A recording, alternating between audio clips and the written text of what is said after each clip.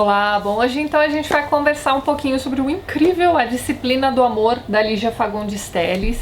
Esse aqui é um livro que talvez a gente possa chamar de coletânea de contos, mas na verdade a maioria dos textos que nós temos aqui nesse livro são microcontos, e esses pequenos textos então vão variar de textos autobiográficos a autoficção. A gente vai ter também ali alguns textos que são ficcionais. Então assim, aparentemente tudo que circulava a Lígia Fagundes Telles ali nos últimos anos de 1970, nesse livro é publicado em 1980, servia de matéria-prima para ela sentar e escrever um desses textinhos aqui. Então a gente tem desde memórias da infância, da adolescência, da juventude, como por exemplo ali os primeiros textos em que ela vai contar sobre a gata Iracema, que era uma gata de telhado, né, que a gente falava antigamente. Não era nem gato de rua, mas enfim, essa gata de repente entra ali no quarto dela e passa a agir como se fosse a dona da casa. Enfim, ela vai adotar essa gatinha tem um final trágico que eu não esperava, aliás.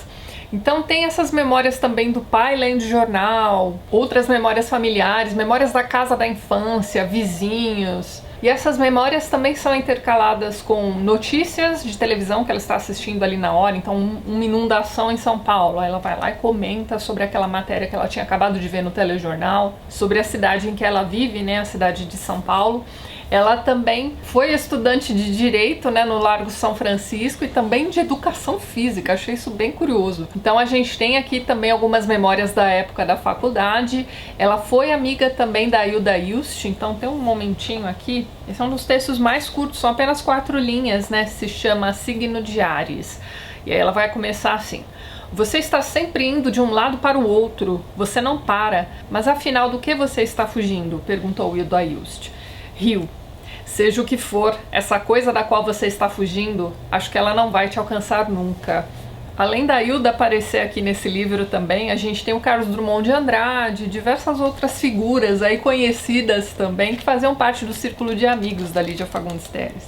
A gente tem aqui também algumas entradas como se fossem um diário de viagem. Então ela faz uma viagem ali para alguns lugares exóticos, né, digamos, como por exemplo a China e outros lugares ali da Ásia também. E ela vai mostrando principalmente aspectos culturais desse lugar que diferem bastante dos nossos. Tem também aqui algumas reflexões que ela faz a partir de livros, né? O livro de cabeceira dela era As Confissões de Santo Agostinho, né? E ali na página 151 ela vai dizer, ó, volto às confissões. É bom ler Santo Agostinho, repensar nas suas palavras de humildade nesse tempo de arrogância. A moda instável, as pessoas instáveis, obsessão pelo novo. Durou pouco a moda dos técnicos. Me lembro que um candidato no seu cartaz de propaganda botou lá o retrato, radiante, o nome embaixo e a ordem: vote num técnico. Mas técnico em quê? Ele não dizia e nem era preciso, deve ter sido eleito. Veio em seguida a moda dos executivos. Cursos para executivos, restaurantes para executivos, ginástica para executivos, até ônibus, até mulheres. Não durou muito. O brasileiro é inconstante e veio a moda dos psicólogos e assim por diante. Qual será a moda hoje em dia, né? Talvez seja a moda dos coaches, né? Tem coach para tudo hoje em dia. E tem também algumas histórias, né, que são assim de domínio público, eu diria, como por exemplo a história do cachorro que todo dia vai atrás do dono até a estação de trem, até que um belo dia esse dono vai para a guerra e não volta, e o cachorro passa a morar ali na estação de trem. Essa é uma história que é também um enredo de um filme. Vocês lembram daquele filme Sempre a Seu Lado? Mas existem aí então diversas variantes dessa história e ela conta aqui uma versão pra gente. O título do livro, inclusive, né, A Disciplina do Amor, vem desse texto, né, sobre o cachorro. E esse aqui deve ter sido um livro bastante revisado. Essa edição que eu tenho aqui em mãos é de 2013, que foi revisada pela última vez pela própria autora. E ela vai dizer que a principal mudança que ela fez foi uma mudança seguindo a sugestão de um filho que já morreu, né? Então esse filho, quando leu o livro pela primeira vez, que foi dedicado a ele, inclusive, não é? O livro é dedicado aqui, ó, para meu filho Gofredo. Então, Gofredo, quando termina de ler o livro, né, diz pra mãe que esse aqui é o melhor livro que ela já fez na vida, e ele vai dizer que a única crítica que ele tem é com relação aos títulos, né, de cada um dos textos. Então, antes dessa edição aqui de 2013, os textinhos tinham todos como título datas, e nem sempre eram datas reais, né, a data em que ela realmente escreveu aquele texto. Muitas daquelas datas tinham sido inventadas.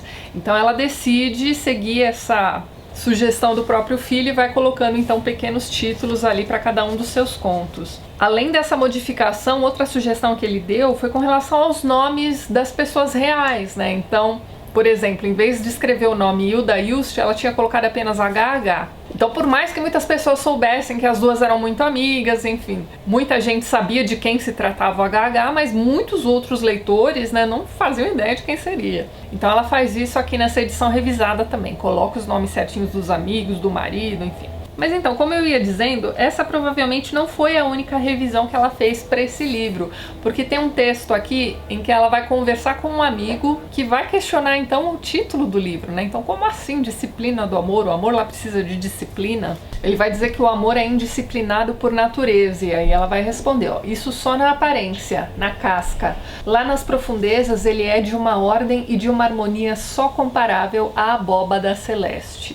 Então, se a gente for pensar nesse próprio caso do cachorro que ela usa aqui no livro também, a gente tem ali o amor verdadeiro desse cachorro pelo seu dono, porque assim, o tempo vai passando e ele continua morando ali na estação. Então a família do morto passa a se preocupar ali com as outras, né, as questões do dia a dia e os outros familiares vivos. A gente tem ali, sei lá, a esposa que se casa de novo, você tem o vai e vem das pessoas ali na estação, então muitas daquelas pessoas vão se renovando ali dia após dia. Chega uma hora que ninguém mais lembra a história do cachorro, porque ele tá ali, quem era o dono dele. Então o tempo passa, as pessoas se esquecem do dono, mas ele não, ele fica ali até o fim. Então o amor daquele cachorro pelo seu dono também requer ali algum tipo de disciplina. Tem um outro textinho aqui que eu queria comentar com vocês também sobre a importância de ler histórias para crianças, aguçar a imaginação delas com literatura, enfim. O textinho se chama Histórias. Aí ela vai dizer o seguinte: Achille Cleofás Flaubert, pai de Gustave Flaubert, reunia os filhos todas as noites para contar-lhes histórias. Podiam desabar os maiores imprevistos, mas a hora mágica era preservada. A dura infância de Machado de Assis era doce quando a madrinha contava suas histórias. As crianças não ouvem mais histórias? Eram crianças que se sentavam ao redor do pai, da mãe ou da avó e ficavam ouvindo histórias de gnomos, de florestas e fadas, gigantes e princesas que falavam e saíam da boca rosas e pérolas. Das bocas das princesas ruins saíam cobras e sapos. Histórias do Arco da Velha, nunca mais? O imaginário se desenrolando como uma fita cintilante. As crianças não sabem mais inventar? Ficam paradas diante da televisão, vestem a roupa padrão do super-homem e apontam para os adultos suas metralhadoras de plástico. Bem, isso aqui acaba sendo um retrato da infância, né, no final dos anos 70, né? E hoje em dia, né, que as crianças ficam lá o dia inteiro no iPad ou, sei lá, no telefone. Sem contar a questão de tempo, né? Tem muita gente que usa essa desculpa, né? Não tenho tempo de ler pro meu filho, né? Mas se a gente parar pra pensar, sempre dá pra arrumar 5 minutinhos pra contar uma historinha pra criança antes dela dormir, certo? É só questão da gente se organizar mesmo, isso é importante. Tem um outro textinho a respeito desse livro, né, A Disciplina do Amor, chamado Fragmentos, em que ela vai dizer o seguinte, ó: esses fragmentos têm alguma ligação entre si? Perguntou-me um leitor. Respondi que são fragmentos do real e do imaginário, aparentemente independentes, mas há um sentimento comum costurando uns aos outros no tecido das raízes. Eu sou essa linha. Então lá embaixo na descrição desse vídeo eu vou deixar para vocês o link da autora comentando essa edição revisada. Dentre outras coisas, ela vai dizer naquele vídeo que esse aqui é o livro preferido dela. É o seu melhor livro, é o livro mais importante. Eu, apesar de ter gostado muito desse livro, teve trechos ali que eu reli várias vezes, fiz diversas anotações e ao término da leitura eu voltei a cada um desses trechinhos aqui que eu anotei. É um baita livro, mas não é meu livro preferido dela.